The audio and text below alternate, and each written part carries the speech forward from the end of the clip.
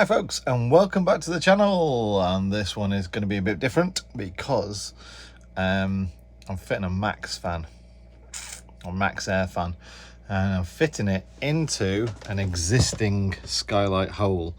So that Skylight is 40 by 40 or 400 by 400, thereabouts roughly, and it's just a Skylight. What we're finding is in winter, summer, wherever, you get conditions where from time to time it'd be nice to have some airflow in or out without using those fans that are built for it. And more importantly, at certain times when it's raining, because it does that now and again in everywhere we go. Don't follow us anywhere, by the way, because it just rains all the time. But I'd still like to have a little bit of airflow through the van, a little bit of ventilation. So by putting a Max Air fan in that space means, one, I don't have to make a new hole in the roof. Number two, we get airflow even if it's raining. And number three, it's a little bit of extra ventilation. So if we leave coop in the van, we can put that on a set temperature. When it reaches that temperature, it can start sucking air out of the van. So that's my plan. Now, number of issues that I'm probably going to encounter are that's been in there for 7 years now, and it'll be well glued in there. So I've got a few tips and tricks that I've learnt from other people online that should help me to remove that. And then the other problem I've got, if you like that as a problem, is the fact that the Max Air fan needs 12 volts, and there is no 12 volts going to there originally. Now I did put this light in, and I did get the surround for the Max Air fan like that with a built-in light. So I may actually get rid of that light altogether, and then just make the 12 volt go to the new surround with the light in there. Or I may try and be a little bit clever. Yeah, clever my ass. Yeah, find out later. But yeah, loser.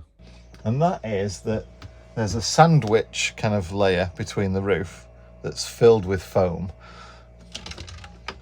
And inside this little roof vent there's another roof vent where I could potentially use one of those fishing wire rods to push a cable through the foam into this cupboard, pull it out and put it into the 12 volts that light is powered from.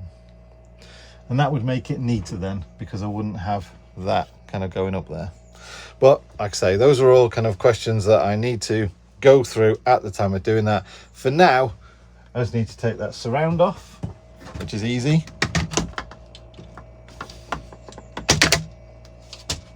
There you go. And then there's just loads of screws, so I need to unscrew that to get this off. That's then going to come out of the ceiling, and then I'll reveal where all the other screws are and the fixings on the outside for that. There you go. So we've got the Maxxfan Deluxe. It's the one with the tint top on it as well. Then got the shade as well. Plenty of tubs of Sikaflex, and all the tools that I'll need to remove the old fan and all the sticky gunge and everything that's on the roof of that as well.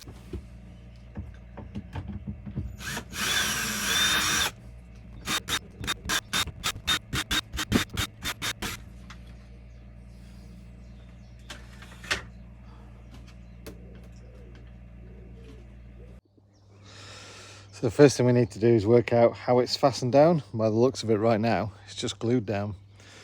So we're going to have to clean up all the edges around it and then have a proper look, which means me climbing on the roof and having a bit of a pry upwards of it.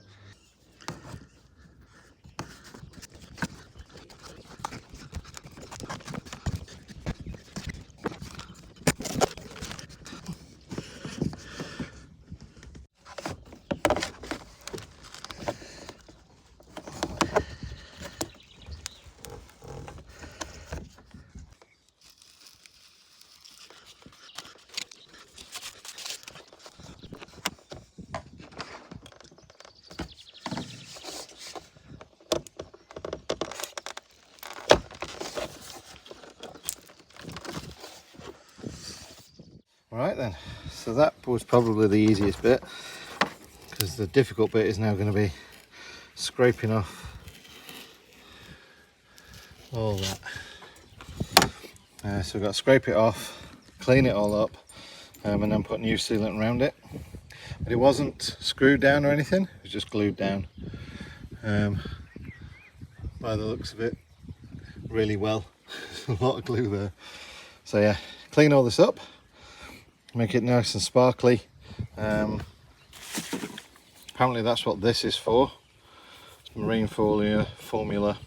Spray it on there, clean it all up. And then I want to try the Maxxfan for fitting. I don't want to do it yet because I don't want to get the Maxxfan covered in all this black stuff.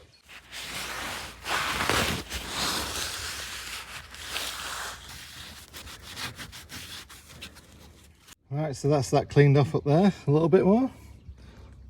Time to just test fit. So there's two parts to this. The first bit is the actual fixing plate. Look at that, fits like a glove. Hardly any movement on that. So there you stick that down, seal it down, and then you got screw points as well to screw it down. And then this unit fits on top of it, and there's the 4 fixing screws at the side. And that's what it's going to look something like. It's not bad at all, though. Plenty of space either side. And the little cables, I'll just use some Sikaflex and stick that in place there. But yeah, quite impressed with that. Quite low profile as well. Plenty of space around it, because obviously as it comes up this way, there needs to be space in front of it, space at the back. There's a bit of a comparison.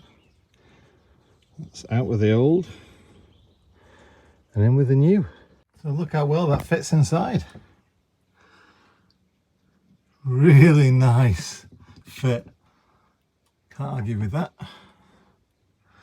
So then there's the other part which goes on the inside. There's a gap.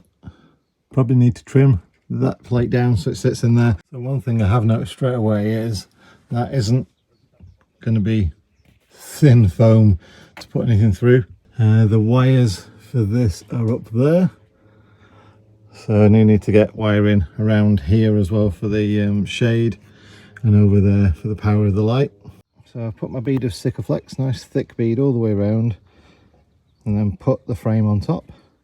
Now one thing that I kind of have learnt in the past by doing things like solar panels and all the other things I've done on the other vans is don't screw down whatever you're fixing as soon as you put the Sikaflex on.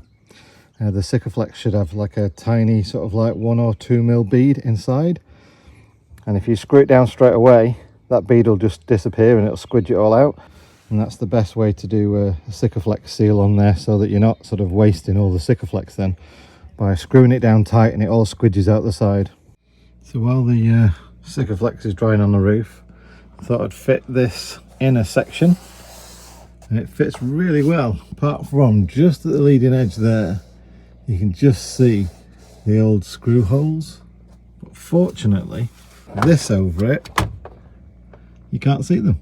So once you fit the screen, the fly screen, that you can't see, it covers over it. That's all right.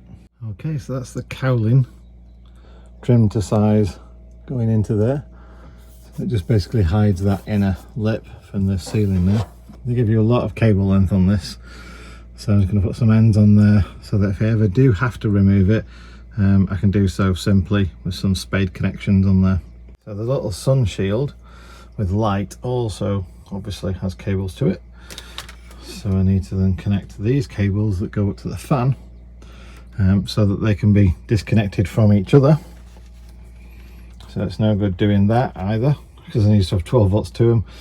So I'm going to sort that out now, and then hopefully then we can get it as a test fire, make sure it's all worked out. It's not screwed in yet. Right, so the Maxxfan's in place. The surround is cut down on the inside, so that's now fitting perfectly. The fitting plate on the roof is secured down just with Sikaflex.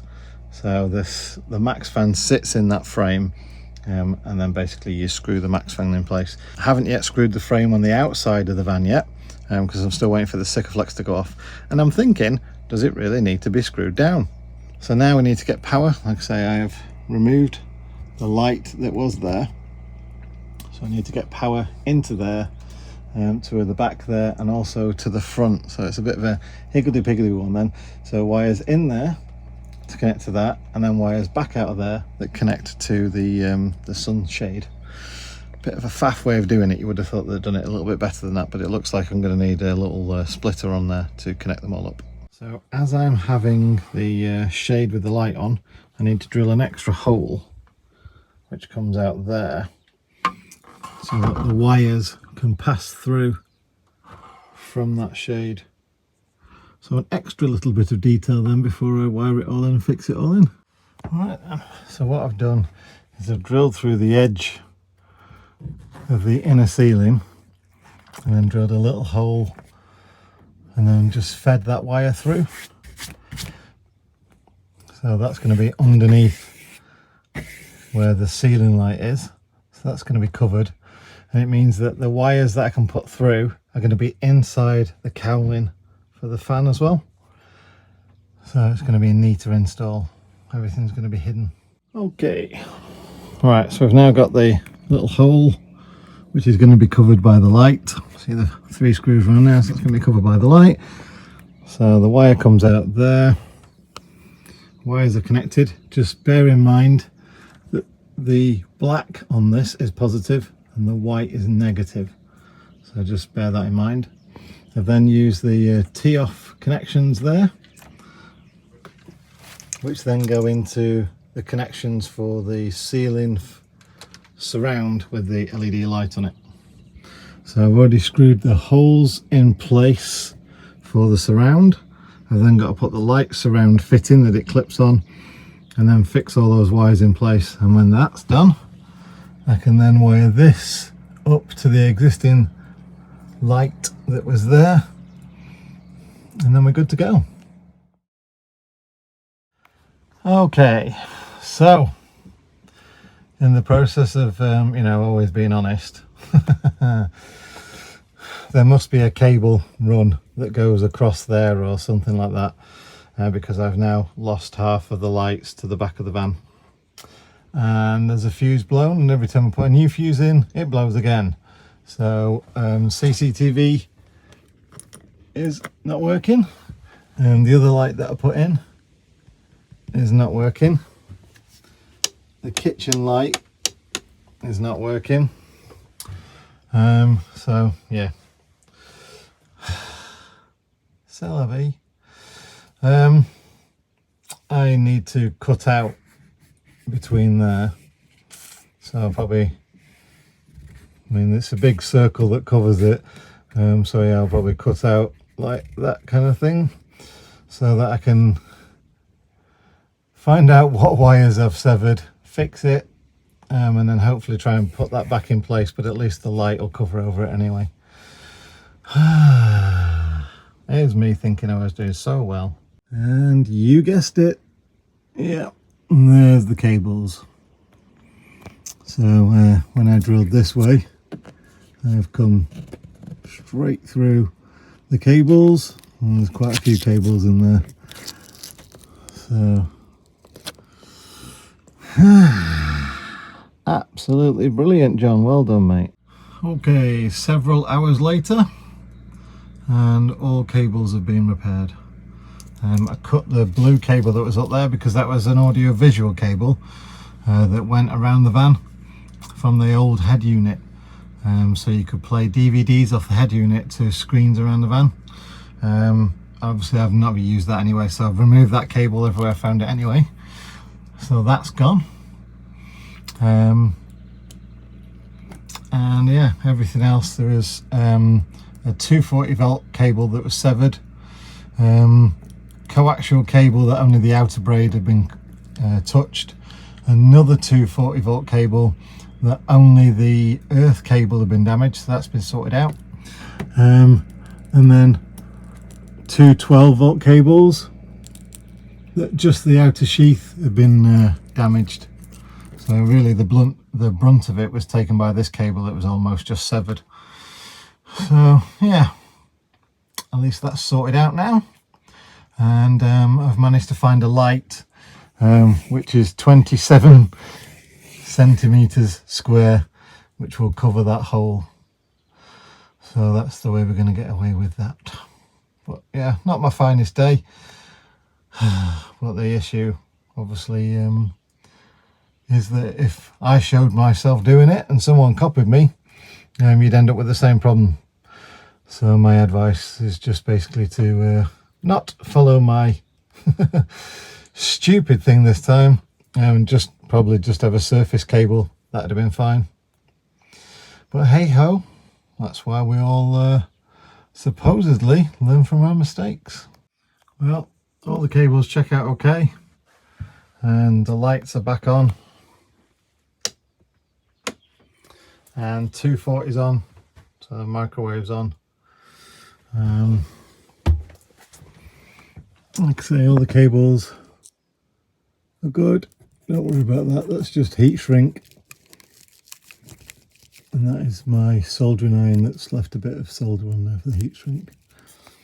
So what I do want to point out is that they'd protected the cable run with a tiny bit of aluminium. So if you look at it there, the aluminium runs all the way across. So if you try and screw anything in this side, the aluminium would protect it.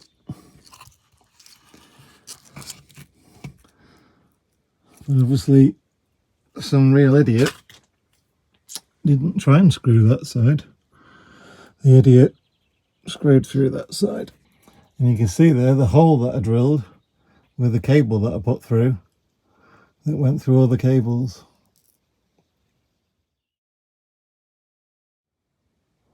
So one thing to point out is that the shade isn't a blackout shade, which is a little bit unfortunate, but hey ho. Okay folks, it's in. All done and dusted. Get the little remote out. Power on.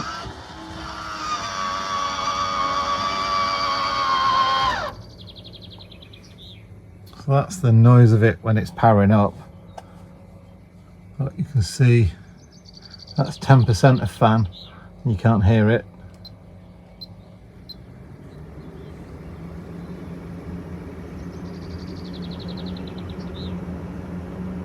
That's 40%. And then if you have it on full,